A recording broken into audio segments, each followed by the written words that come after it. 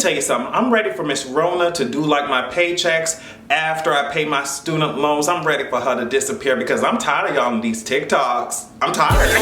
Give me your wig. Give me your wig.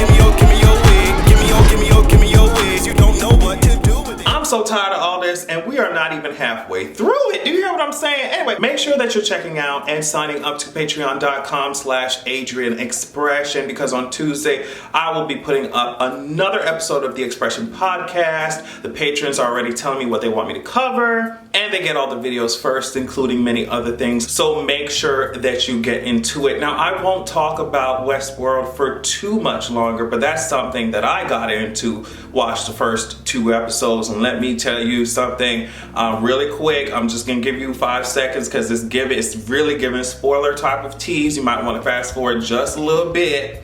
But this this recent episode of Westworld, they had Dan and Dave do a little cameo in there, and it would have been real cute. It would have been real cute had Dan and Dave not completely butchered my queen, Daenerys Targaryen, first ever named the Unburnt. Y'all already know how it goes. And they had Drogon sitting in there. They're about to chop him up like they chopped up, like they screwed up, okay? Game of Thrones. But, you know, that's all I'm gonna say. Maeve is really that girl, even though at the end of the episode, she did not cross the Red Sea like I hoped she would have. But it's okay. You know, I just wanted to mention that really quickly because I know y'all saw, those of you who are nerds like me and do watch Westworld. Let's talk about something else that gives us some joy before we, you know, talk about this Armageddon that seems to be, you know, upon us. So JoJo was sitting there with Tori Kelly, and they were on Instagram Live, I think, singing When You Believe. I was like, oh my, this is exactly what my spirit needs. There can be miracles. There can be miracles when you believe. Now I'm standing here, my heart's so full, I can't explain. Seeking faith and speaking. I said, yes, ma'am, there can be. Yes, man, great presidential leadership ain't one though. You know what I mean? The administration doing what's right ain't one though. I'm gonna get on that a little bit later. That's not no miracle. We do need one. It would be a miracle if this administration stops lying to us. But anyways, they sung that shit and it was beautiful. If we're talking about duet power, if we're talking about collaborations that been needed to happen, Tori Kelly, oh my God. Tori Kelly and JoJo on the same track. Oh, I'm tearing up just thinking about it.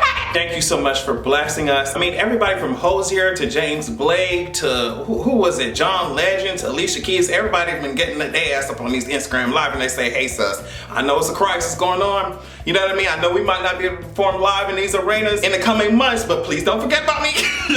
Like, I can still play these instruments. What's up?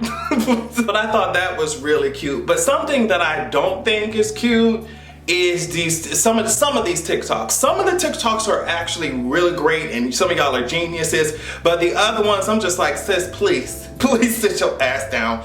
You know, if Miss Rona don't come collect what she needs to collect and dip on out, she need to at least take the phones from some of y'all. Miss Rona, Miss Rona, yeah, you know, Jason Derulo over here on TikTok acting like I don't even know what he doing on TikTok. Can you please come and take his phone? Please, or at least his Wi-Fi connection, because I don't know what. Please, girl, what's Jason Derulo doing? What's Jason Derulo doing? Can someone answer me? Jason Derulo. Jason. See, that's what happens when you tell a nigga that he fine just one time. He gonna lean up in the camera, doing all this type. I'm just like, sis, if you don't wipe down your doorknobs and get some hand sanitizer and get some antibacterial soap, I know something, sis. Jason, if you don't get some Lysol spray and wipe down your counters, you get out of here. But anyway, yeah, like I said, y'all have been online acting a fool. I think there was someone else doing these pranks to people. I never understand why people do these like pranks.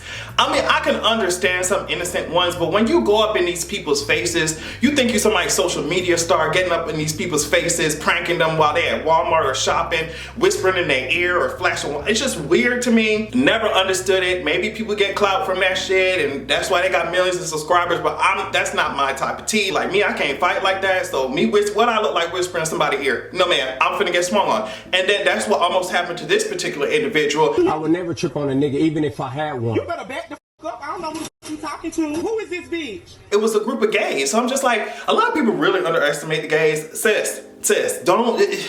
I saw one drop his purse. I saw another one put something back on the rack. Somebody else was eating something before he bought. He was eating chips before he even bought this shit. I think this was at Walmart or something. That's what it was giving me.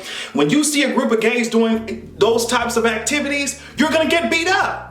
You're gonna get beat up. Just hang it up, find somebody else to harass. Y'all supposed to be in social isolation. Anyway, I don't know what y'all doing out here. But yeah, please, the gays will have y'all beat up. Please, I beg you, find better uses of your time than to be doing all this, please. All right, I'm just talking about this because I remember that I told y'all my husband, Idris Elba, ended up with Miss Rona, the Rona. And then I remember seeing that his wife, Sabrina, was just, right beside him. And we noticed that she was right all up on him. I did not expect anything different from somebody. I mean, they live together, they husband and wife, whatever. I didn't expect anything different, but I just knew what would come of it. She ended up saying that she also has Miss Rona. She spoke to Wishy-Washy asked Oprah, and she ended up saying, I could have made the decision to put myself maybe in a separate room or stay away. And I'm sure that people are making those decisions, and they're tough decisions to make. But I made the decision to want to be with him and, still touch him. I understand, Sabrina, I completely do. You were sitting there, Idris Elba's right there. He got the Rona, and you're just like, touch Idris Elba or go in another room. Sis said, girl, that's my man. That's my man. I'm gonna do what I want with my man. Miss Rona told Sabrina, like, I hope you're ready to die by that dick, cause I'm gonna go to war for it. I'm gonna go to war for it. And Sabrina said, bring it on. She put on her armor and she went right onto the front lines. I don't blame you, Sabrina. Somebody else who looks like they don't plan on stopping is the Lake Worth Beach, I think Lake Worth, Commissioner Omari Hardy. Omari Hardy was at this meeting and it went viral, so hopefully you've seen it. He dragged everybody at this meeting where they were discussing residents and their power being out and bills and all of this. He even dragged the mayor. I'm so glad that he did not hold his tongue. I don't care anything about this. I don't care anything about this. We should have been talking about this last week. We cut off people's utilities this week and made them pay what could have been their last check to us to turn their lights on in a global health pandemic. But you don't care about that. You didn't want to meet. But every other year you go around and beg people for their vote. When you're a leader, you failed to act. You said you didn't do anything. You failed to act. So this is coming from the Palm Beach Post. Omari Hardy accused Bornstein, and Bornstein is the city manager, okay? So Bornstein, I don't know, of turning off people's lights during a global health pandemic, and said Pam Triolo, and she is the mayor of this damn city, she was complicit because she declined to call an emergency meeting last week to discuss issues related to the coronavirus crisis. Now, I want you to keep in mind, I'm making this video on the 23rd, and on March 13th, this is what was written in the Palm Beach Post about Omari Hardy. Commissioner Omari Hardy wants the city to discontinue shutoffs of water and electric to city residents during the crisis. Hardy is also calling for the city to pay employees out-of-pocket medical expenses related to the pandemic and allow paid leave for city workers if operations are curtailed or if they are parents who need to stay home with school-aged children.